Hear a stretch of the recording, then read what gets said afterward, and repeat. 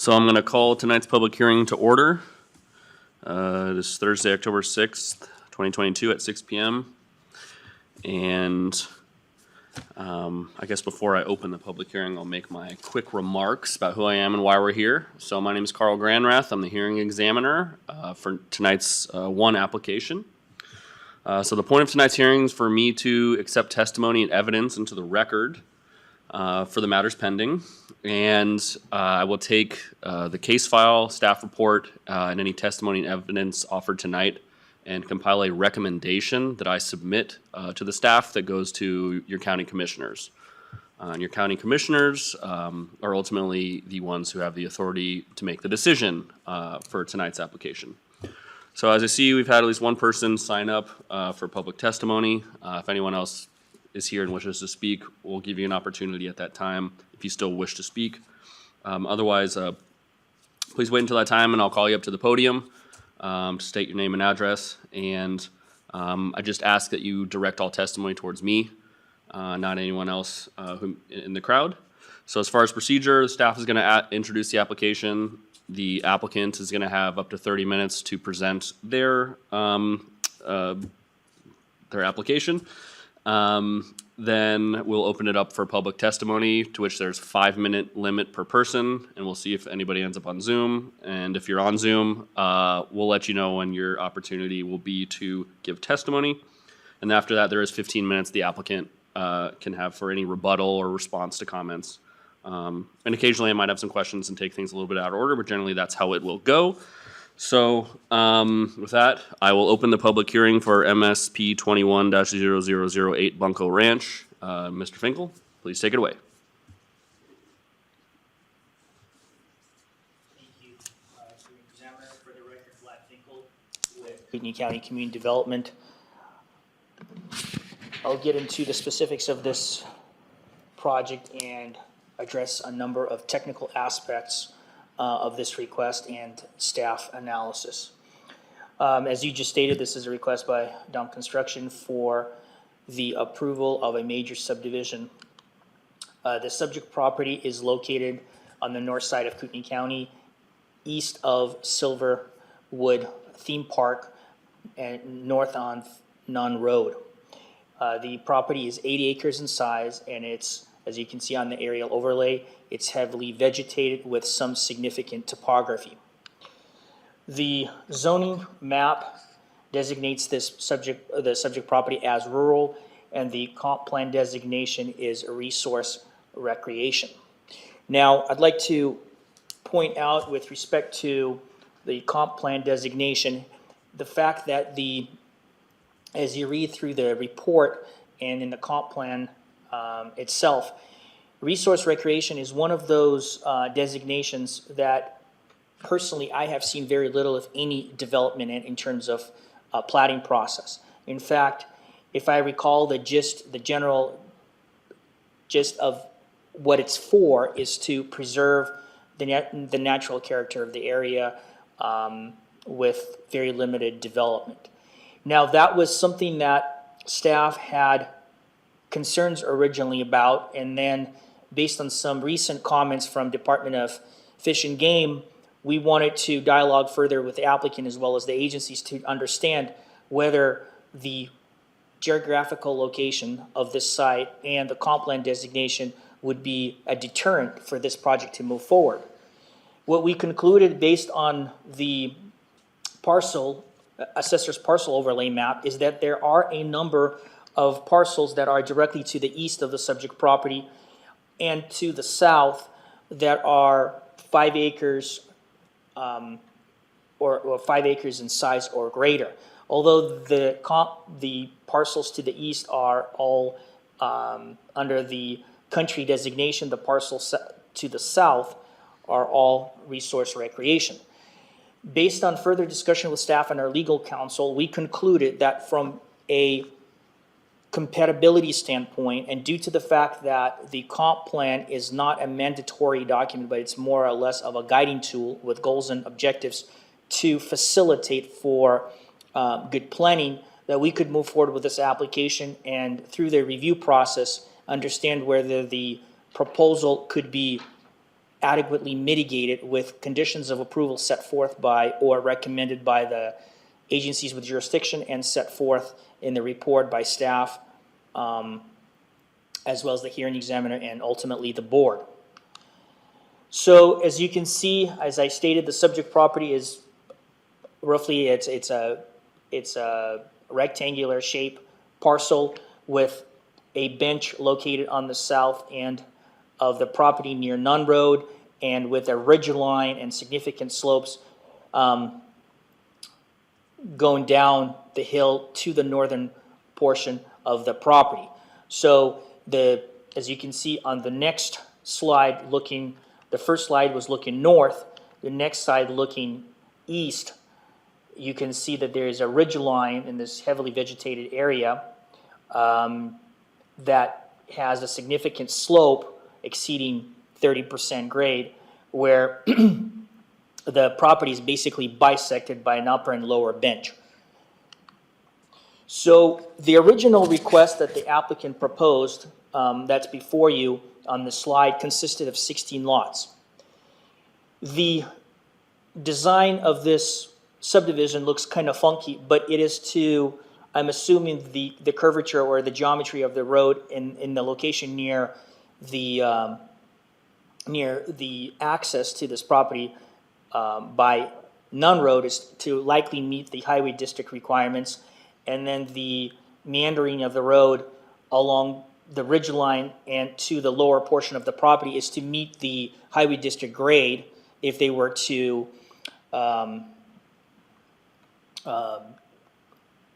create extensive amount of hillside disturbance. So based on review of this design, staff had a number of concerns. Moreover, there are at least 2 wetlands that were identified by a wetland biologist as well as the Department of Fish and Game. What we did is we, through the review process and discussion with staff and legal counsel, we felt that the proposal as it stands could be problematic and perhaps not in violation, but potentially not consistent with the provisions of our code specifically related to Section 86702, General Design Requirements. No land shall be subdivided which the board finds to be unsuitable for building sites because of potential hazards. We felt that the lots that were bisected or that were adjacent to this hillside could stand the risk of being unusable or potentially difficult to develop on. As you can see on this slide, there's extreme, this is a ridge line and there's excessive slopes through the center of this property. The second item that was also of a concern is that under Section 86706, it states, subdivisions shall minimize grading, road construction, and disturbance of the terrain. As you can imagine, going back to this slide, the construction of the road, the construction of the road along this ridge line would be challenging and would create significant amount of impact to the hillside. So what staff concluded that the proposal, the original proposal, warranted a redesign to better assess or create a design that would be more conducive to the area and likely either develop all on the north side or with limited development on the south side as well. So what the applicant came up with is they reduced the number of lots in their application from 16 to 12. They reduced the overall density by 25%. I would also like to point into the record and make it be known that this slide unfortunately was missed by staff. This slide is consistent with their latest plat. However, what the applicant recently submitted included the building envelopes that staff is proposing in the staff report. I'd like to ask the hearing examiner as well as our administrative staff to point out that the slide that should be used as part of this review process and either denial or approval of the request be Exhibit A3-1 A3B instead of A3A. I think it's A3B is the most recent plat that shows the location of building envelopes at the top of the bench of some of those lots that are bisected by the ridgeline. So the applicant is proposing now a total of 12 lots. They're proposing individual or shared wells and individual septic systems. The biggest difference, in addition to the decrease in the overall density, is the fact that the road meeting highway district standards will be constructed and terminating at the top of the bench with a common driveway that will lead along the same area where the road was previously proposed to the bottom of the hill and would provide access to only 4 parcels. There would be a total of 8 parcels on the at the top of the bench near Nunn Road, with 4 additional lots at the bottom of the bench. Now, you may say that potentially the applicant or the future owners could use the common driveway adjacent to their site for some of these lots that straddle the ridgeline, but the building envelopes that staff imposed would limit the development to the top of the bench for those lots that are next to the ridgeline, and only these 3 lots, the northern 3 lots, and then the lot just to the south of those 3 lots would be utilizing the common driveway. Now, one may ask, what is the difference between the latest design, in addition to the reduction in the overall number of lots, as well as termination of the access road and continuation with a common driveway? We asked that specific question of the engineer of record on this project, Mr. Olson, and he advised me that the overall reduction in site disturbance would be approximately 58%. So it would reduce the amount of disturbance, cut and fill, and potential for retaining walls by 58%. We as the department felt that the newest proposal, the latest approach, while it's not the most desirable approach, but it at least addresses a number of the concerns raised in, or at least the standards in sections 86702 and section 86706. I already mentioned that there are at least 2 wetlands on the property. The applicant originally proposed, I believe, a 25-foot buffer around both of the wetlands. However, we received subsequent comments from the Department of Fish and Game that the buffer should be 40 feet wide. In fact, the Fish and Game official advises that based on the original request of 60 lots, is that the northwestern partial should be converted to an open space lot to preserve the natural environment of this wetland. However, with the latest design, by a reduction of 4 lots, the proposed lot, the northwestern lot, is significantly larger. And staff believes that there is more than sufficient room to construct a residence on site and preserve the natural characteristics of the wetland, in addition to the wetland protection buffer. So we don't see there being a reason having to convert any of the newly proposed 12 residential lots into open space based on the redesign.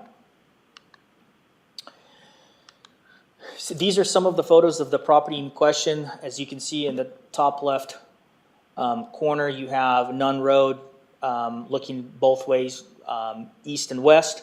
Then you could see some of the photos of the property. It's heavily vegetated, and there is significant slope as you look north towards Athol. Through the agency comment period, we solicited comments from various jurisdictions with overview of this project site, and pretty much all of them have advised us that they don't see any concern with the proposal, with the first one and the most recent request of 12 residential lots.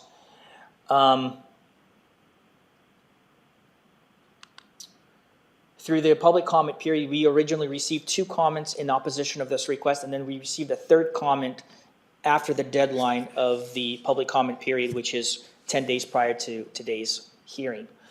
The concerns were raised with respect to the cumulative effect of the newly proposed wells on site, and that additional analysis must be provided to address ground water supply.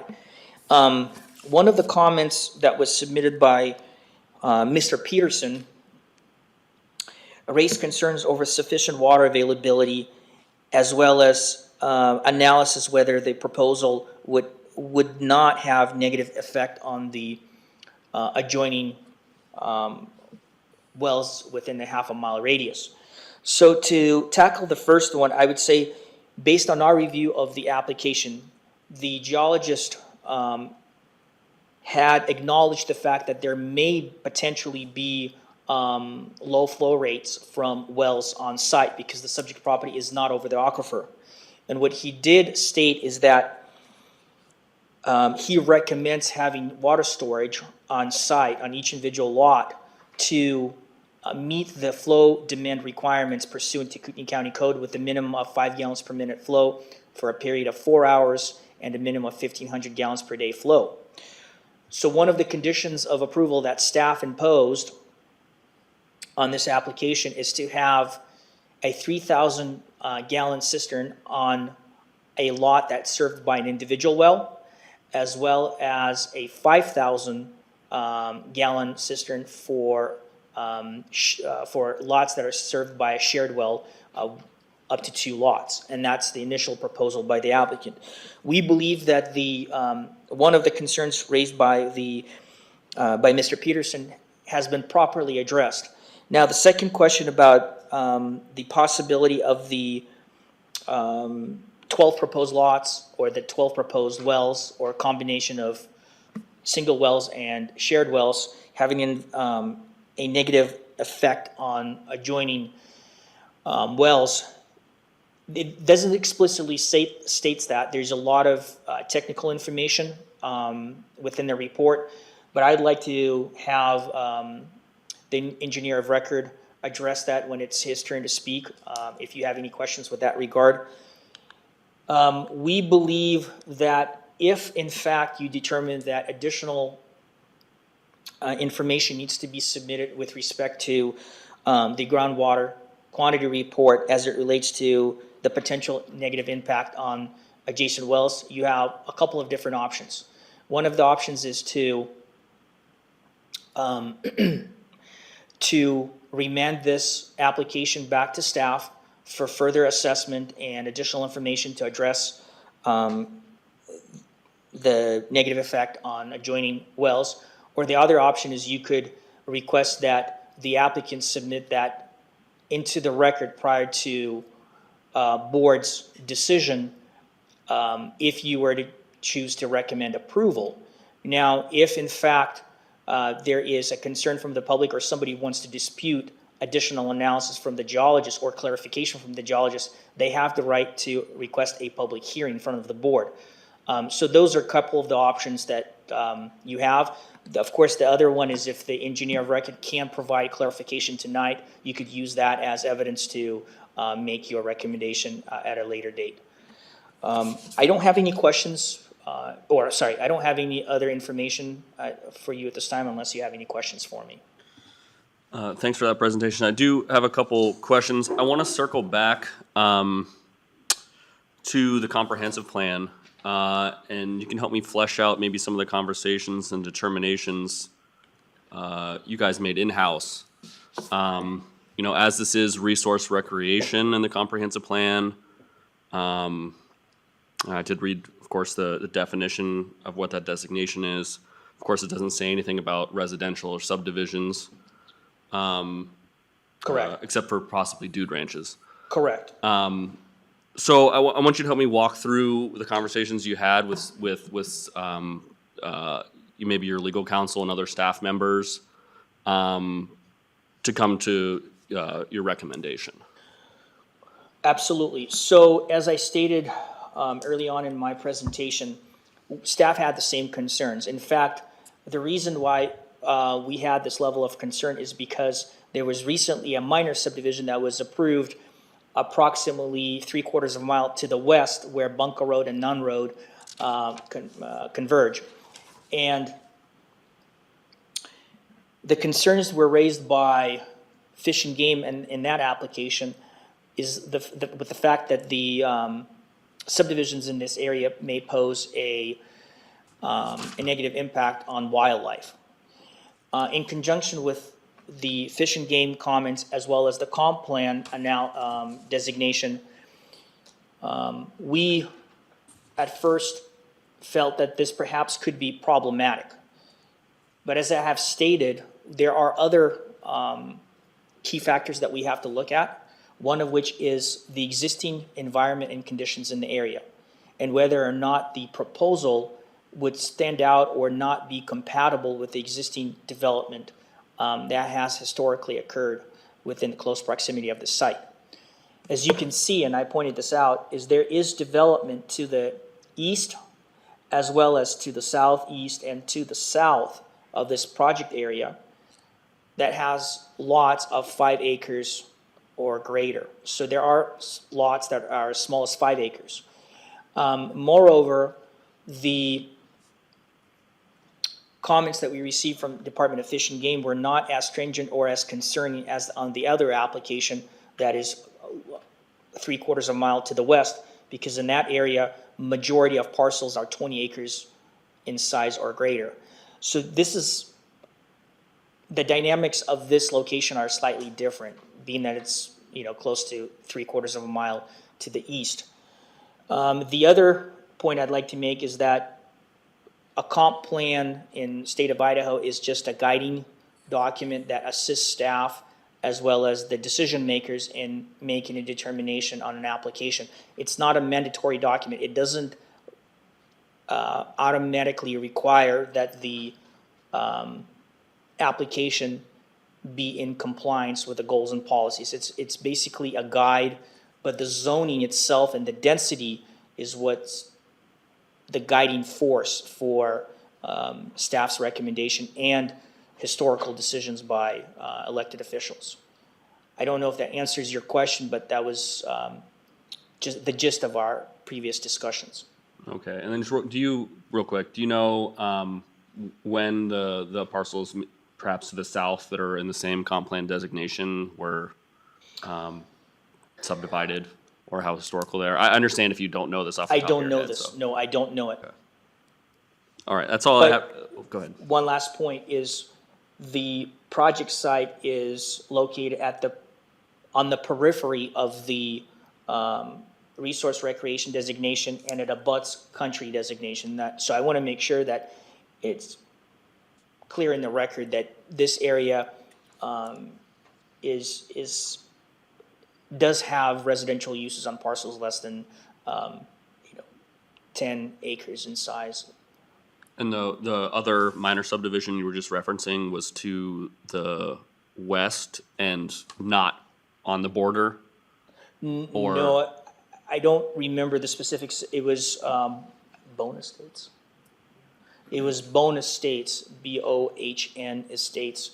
I don't have the information before me, but it's on the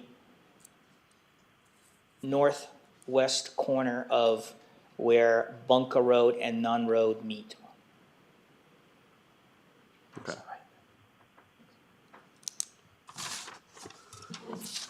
I think that's all I have for you now, so if I want anything else, I'll call you back up, but thank you, Mr. Finkel. All right, that brings us to the applicant's representative, Mr. Olson. Oh, it's actually Tiffany. Oh, okay, all right. I'll probably talk later. We'll take turns, I'm sure. Hi, I'm Tiffany Espy with ATS, representing the landowner, Dom Construction and Brian Rush. I do have a presentation for PowerPoint. Do I need to push a button here, or you got that? Okay.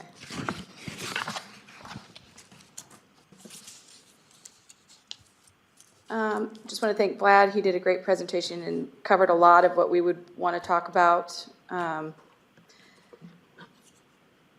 right. So are we just pushing? Oh, there we go. Okay, we are in the rural zone, which allows for 5-acre minimum parcels. As he stated, we did go for 16 lots originally with this 80-acre piece, but we did reduce it down to 12, which is the current proposal to have 12, which is a lower density. And he did go in detail on why we ended up doing that. Is it just the down button? There we go. The wetlands, there were several areas of wetland that the wetland biologist did go over in a report. He identified open water and temporary seasonal flooded areas, and each area has been designated on the plat and will have setbacks for protection. On the next image, you'll see the wetlands a little zoomed in that are identified as such A and B. So we can go over those in detail if you would like. The open water is the larger of the two wetlands, and it does come off-site in several areas which aren't shown, but it is also underneath the BPA easement that's to the north, so there's no development, nothing's planned. It's just gonna be a no zone, basically, on the plat. So this kind of highlights, the red shows the boundaries of the property, that isolated wetland, which are typically not federally regulated, has the seasonal water, and then the open water is in the top. So we have the individual wells. So the owner spared no expense in order to determine whether individual wells would be feasible on the site, and we believe the findings meet the requirements of the Kootenai County Code. The first step was to contract with a local water locating company who used electromagnetic surveying, which is with a satellite, to determine the most accurate placement for wells. The second step was to use a VLF transmitter along the EMS flows to verify the findings were accurate. The VLF survey pinpointed 15 areas best for well placements, and they're shown in the report as well as on the revised plat. We will have a reduced, I think we went from 15 to 12. This data was then given to a hydrogeologist who analyzed the surrounding well logs and created the report. Some of the lots are proposed to share a well. Most likely this was because of the layout that we ended up with.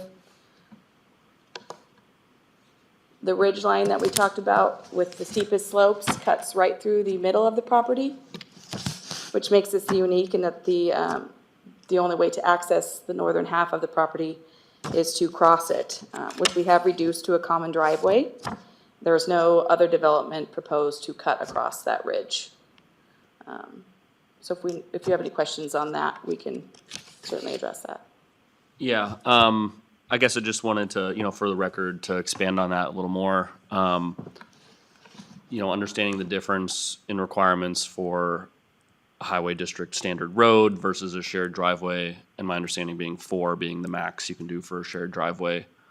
Do you know offhand the difference in size or dimensions, any of the particulars for? So that'd be something Eric could definitely go in more detail on. I do know, it's the difference between a highway road and an oversized driveway is the easiest way I could describe that. One would be paved, one doesn't necessarily have to be. One would have, substantial width for emergency services, essentially a 2-lane road. A common driveway would be, 20 feet wide. So, they are substantially different in size. So there was a lot less disturbance to the ridge by reducing it to the common driveway, which was a concern from the county, so it was. And obviously it'll have to be, without getting the particulars of the eventual plan or engineering for it, because it is such a steep slope, it'll have to be engineered or Absolutely. cut sideways into the ridgeline to get down there. Yes. Eric Olson would be the engineer for this construction plans. He's essentially started them with the concept engineering plans that were provided, but it would definitely be engineered, so Okay. everything's done correctly. I guess, let me think of the right way to phrase the question. It does seem feasible and beneficial to do that rather than to say leave it as open space or to make it common, HOA common area or anything like that? Was that gone into your analysis, cost benefit analysis for this parcel? So because the ridge line does almost separate it in half, it's, it's essentially saying the whole north half is unbuildable by just making it open space. So, you lose a lot economically doing it that way. As far as the ridge itself, as we described in the top paragraph, this ridge extends out of this property to the north and northeast. Those properties have all been established. They already have homes, and they don't have any building or any kind of access roads going across the ridge line. So essentially, all the way up to this property, this would be the only disturbance to the ridge line, as the property to the west has access around what he could possibly develop later on. So for the whole ridge line, this is the area of disturbance. The parcels to the east are essentially on the top bench. Yeah. Okay. And, okay, so there's no other parcels in the area that are essentially having to deal with this exact problem or this Exactly. exact ridge? Okay. Yes. All right, thanks. As mentioned in the staff report, there are a lot of items to put into the CCNRs, so we want to just make sure that we are addressing those. The Department of Fish and Game wants bear-proof dumpsters and plants that are non-toxic to the wildlife. That is absolutely going in there. The roads and driveways would be maintained by the property owners, and all highway requirements would be met regarding any improvements and dedications. Any shared infrastructure is going to have the maintenance language in there. And then the Idaho Department of Water Resources provided language that they wanted in the CCNRs as well. So we will be doing all of those things if upon approval and during final plan. So this is the plat we've seen a couple times now. If we have any questions, this one does show the well locations that were pinpointed using that really awesome technology. If anyone gets a chance to use that EMS survey stuff, it is very accurate. They have very high ratings. So it will show all those wells, show where the well easements would be for the areas that do need to share a well. And everything else should be designated. So if you have any questions from there, sorry about that. Okay, so, and half question, half correct me where I'm wrong. So I believe I'm seeing designated building envelopes for the parcels that are on top of the ridge. Mm-hmm. So those, and so the top of the cul-de-sac, that's the road, is basically gonna stop at the top of the ridge. And then through your negotiations with staff, you determined what building envelopes are gonna be required for those parcels that are, I'm assuming, bisected or something like that by the ridge line. Correct. And they'll have to, or they probably would anyway, build on top of the ridge line. Yes. And then the lower parcels are just gonna be determined by the project owner or property owners to their discretion. There's no designated building envelopes for those. Correct. Okay. And then just this, the standard 25-foot buffer for the wetlands. That was the recommendation by the wetland biologist, but Fish and Game wanted 40, so we'd likely, I think staff wanted 40, just to accommodate them. We'd be happy to put that on there during final plat. And also, I believe I heard you say that based on the type of wetland it's not a federally regulated. The smaller one, the isolated one, is not typically federally regulated. How about the larger one? It is, yes. Perhaps not for much longer with the Supreme Court, but anyway. I did read that.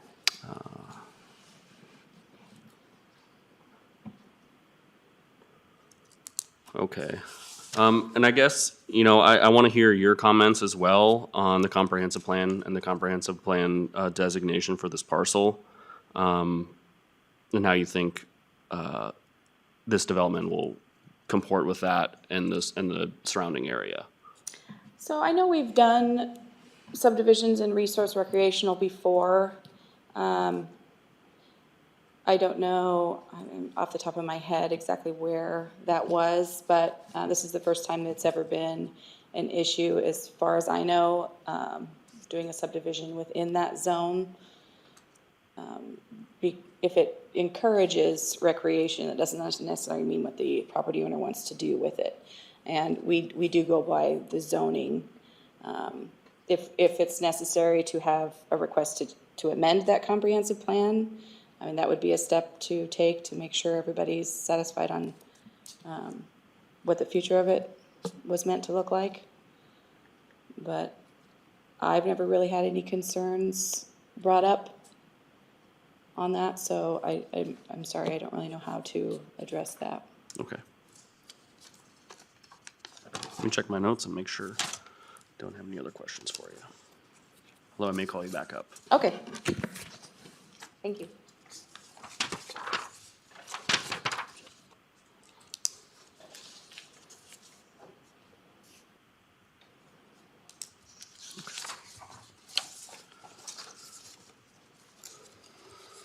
All right, that was the applicant's presentation, so we're gonna move to the portion of the public comment.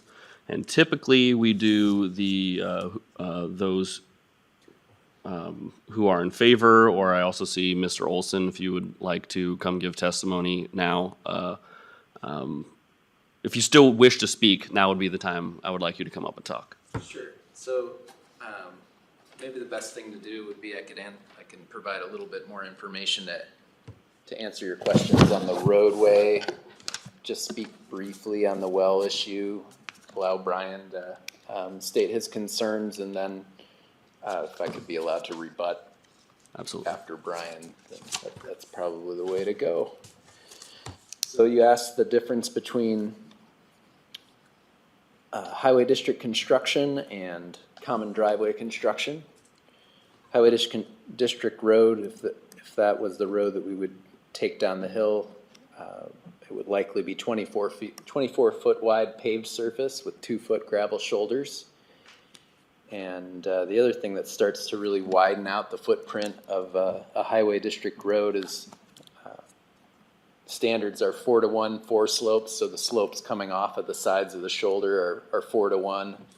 And so those end up being 6 feet on either side, because generally there's a 1.5 foot of roadway material. So 1.5 feet times 4 is 6. So we're growing 24 plus 4 foot shoulders plus 12 foot on 4 slopes. That overall footprint becomes, doing the math there, 40 feet. And a common driveway, which is required to meet international fire code standards, 20 foot wide surface. It can be gravel, it could be paved, it just has to be an all-weather surface. The road section's typically more like 12 inches, and the 4 slopes could be as little as 2-to-1. So we're shrinking that from 40 and going down to an equivalent of, let's say, 20 plus 2 plus 2 of 24 feet. Also, in the conversation, there was the thought, well, if we do a retaining wall, we can reduce the amount of cut by retaining some of that slope. And in discussing with Lakes Highway District, who's our highway district in this area, they were not in favor of doing a retaining wall. And with them out of the picture, in the common driveway scenario, we talked with the developer and contractor about including a 4 foot retaining wall. So that also, the reduction in the overall road footprint plus that 4 foot retaining wall, that's the reason it makes such a big difference on the amount of disturbed area.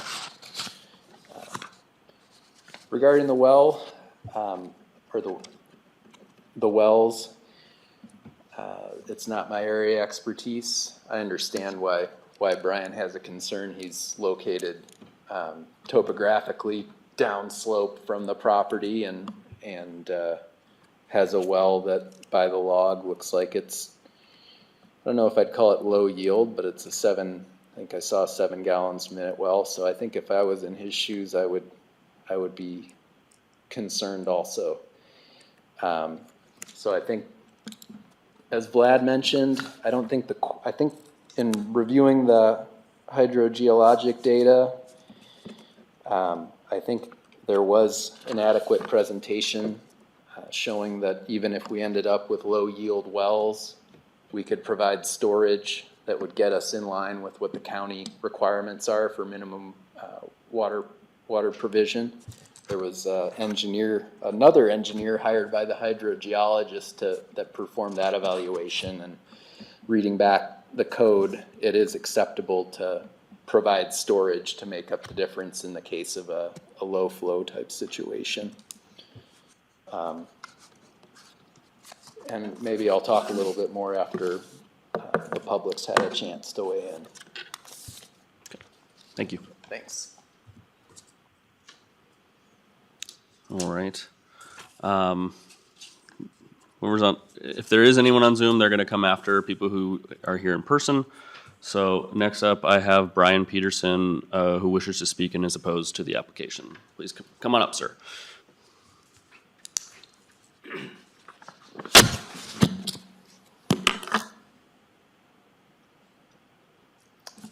Good evening. I'm Brian Peterson, and I reside at 12362 East Bunco.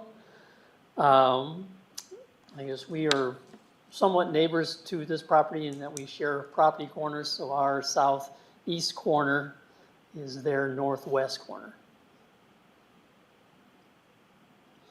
I guess we've reviewed the report and the requirements, and I guess the one that kind of sticks out with us, and Eric is right, that we're concerned about our well.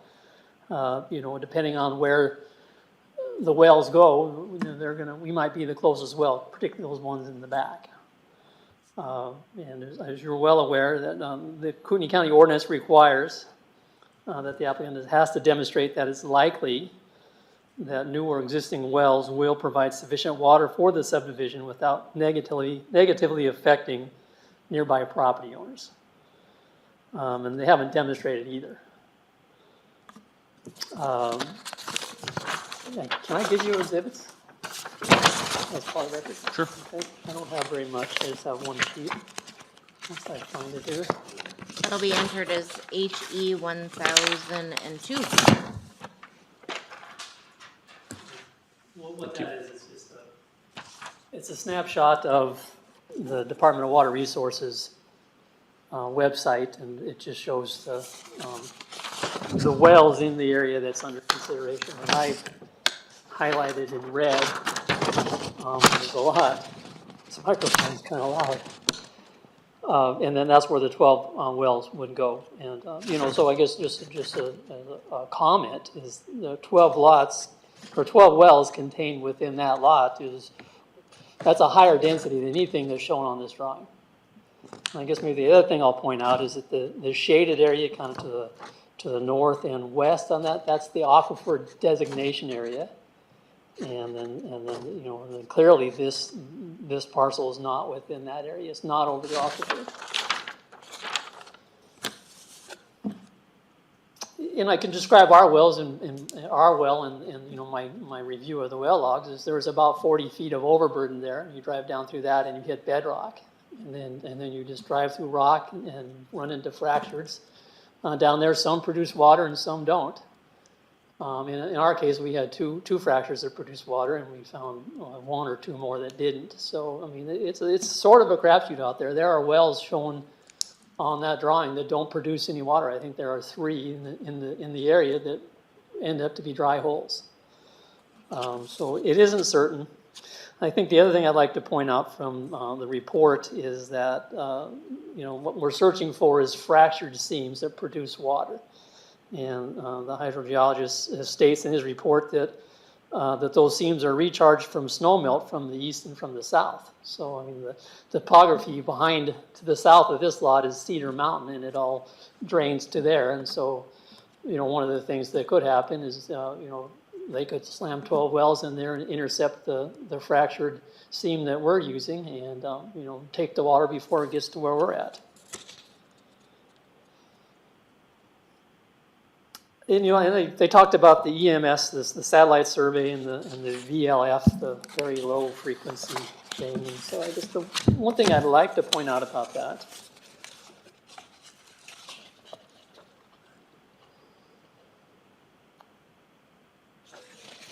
I mean, in the consultant's own words, a geophysical survey should not be used to confirm water source information. They just provide projections. So, I mean, that statement in itself, that isn't likely. It just says it's a potential. And it's also a potential that it won't identify groundwater that isn't there. There's nothing in there that says likely. And then I think the other thing is that, the consultant recognizes that this is a marginal situation. And if it wasn't marginal, there'd be no need for them to hire an additional engineer to size reservoirs to use for each of these wells. So it is marginal. And reading further in the report, I'd like to, again, in the consultant's words, it is their professional opinion that the likelihood of intercepting groundwater at yields sufficient for domestic uses will be difficult for a total of 15 to 16 lots within the parcel. And this conclusion is based primarily on the density of the proposed well at the site and the probability of numerous wells withdrawing groundwater from the same fracture. Is that my 5 minutes? You can go on for another Okay, second. I'm nearly done. So I don't think they demonstrated that it's likely that they're going to have sufficient water. It's possible, but they don't. It's not. They don't just demonstrate it's possible. They have to demonstrate it's likely. They haven't done that, and they haven't even addressed if it's going to affect anybody else's well out there. And there is no statement in that report that it won't. And I think that they acknowledge that it's possible with that statement I just read. It's possible everybody's going to be using the same fracture, and they're going to have to put in potentially cisterns to store water because they're going to be sharing that same thing. And there is no well density out there. There's no lot with 80 acres with 12 wells out there in this vicinity, and particularly nothing that's not over the aquifer. And just very quickly, the comp plan, it's a guiding document. And it isn't mandatory that you abide by it, but it's a guiding document. I mean, that's what you want. And and to say, well, we don't have to abide by it, and we're going to ignore it because we can. That isn't. They don't comply with the comp plan. That's not that. This clearly does not meet the definition of that area in the comp plan. So I guess based on that, I can't see it. They have not demonstrated that there's sufficient water. They haven't demonstrated it won't affect anybody else. Doesn't comply with the comp plan. I think that you have no choice but to deny the application as it exists until they demonstrate that, if they can. Thank you. Thank you. Ben, do we have anyone online? Nobody wants to use Zoom anymore. You mark that. I'll pass it to you, and I'll talk to you after. Mr. Olson, please.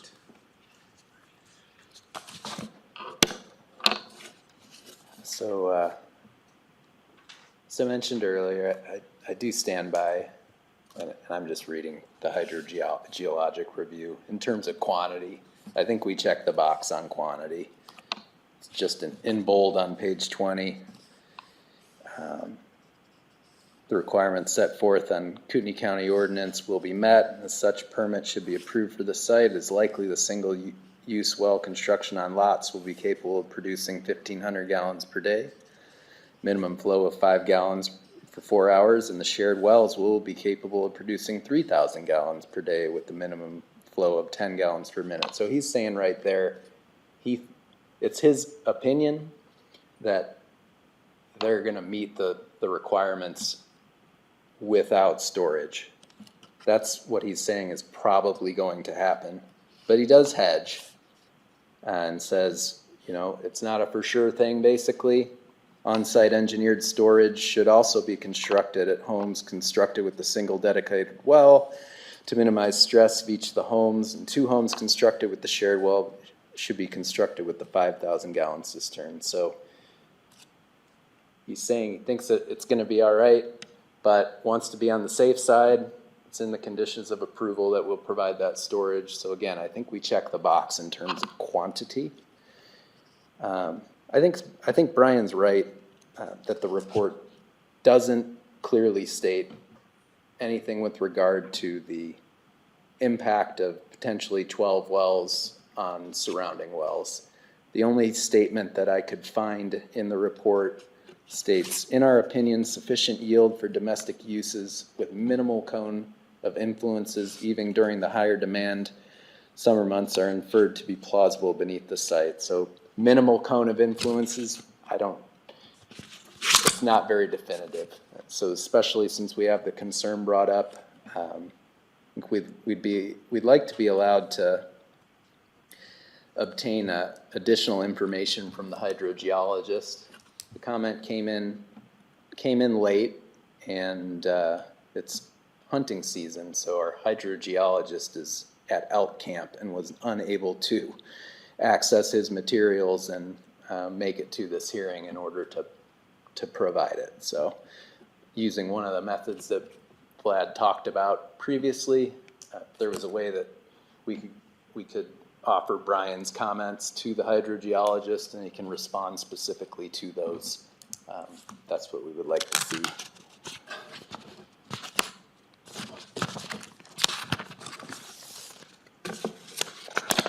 That's all I have. Thank you.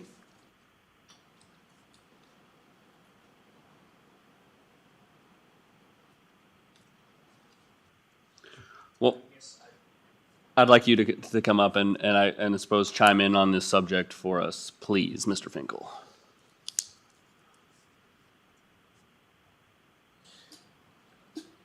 I think this is a bit of a unique situation because typically we have all the information in the record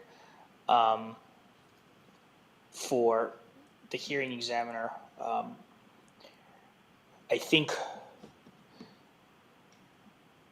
one of the possible solutions is to,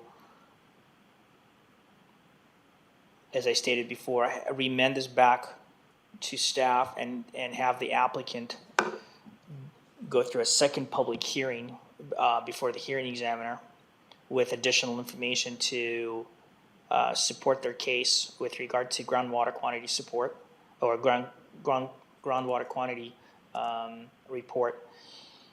The second option could be is that you make a recommendation to the Board of County Commissioners and request that that information be submitted into the record at board level. Mr. Peterson can request a public hearing if he wishes to dispute that information, and then we would advise the board to grant that hearing because of additional information that has been submitted.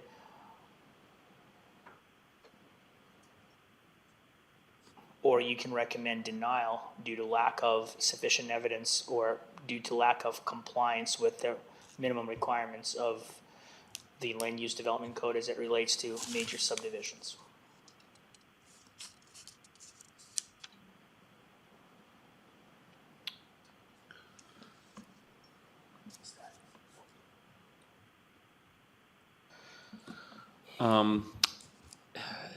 Is there a third option here?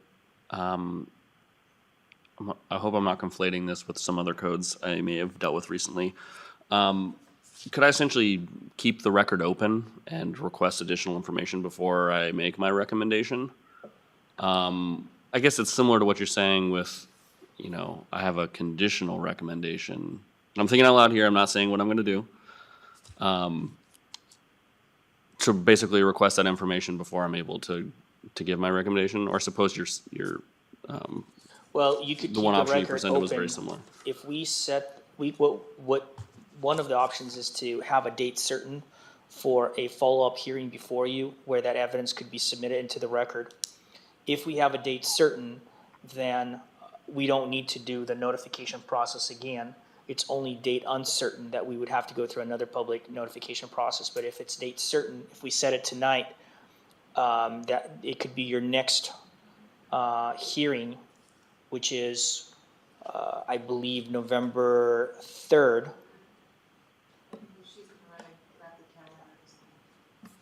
That sounds right. Perhaps if you keep the record open with a date certain of the next available hearing, and Mr. Olson and his group can submit evidence into the record to support their application in compliance with the groundwater quantity report requirements, then Mr. Peterson should have adequate amount of time to review that, provide his professional opinion whether or not that meets the intents of, or the requirements of the code, and provide further clarification at your request. Okay. Suppose I'm not going to make that decision right now, or would you recommend that I make that decision right now? It's up to you. It's totally at your discretion. Well, I guess I'll just say that I do want the information. I believe it was Mr. St. Goddard, who was the engineer who's been in front of me before, and I did appreciate his testimony in that specific case, and would have liked something similar here. So I do want that information, and or his specific recommendation in a wording that is in alignment with the county code. Understood. We have 2 items on the agenda on November 3rd. Would you be comfortable with having a date certain to postpone or to extend, keep the record open until November 3rd for additional information Yes. let's- addressing groundwater quantity report in order to make your recommendation to the Board of County Commissioners? Let's do that. Yes, please. So then you probably would have to state that into the record, that you will keep the record open and have a second hearing with additional information on November 3rd.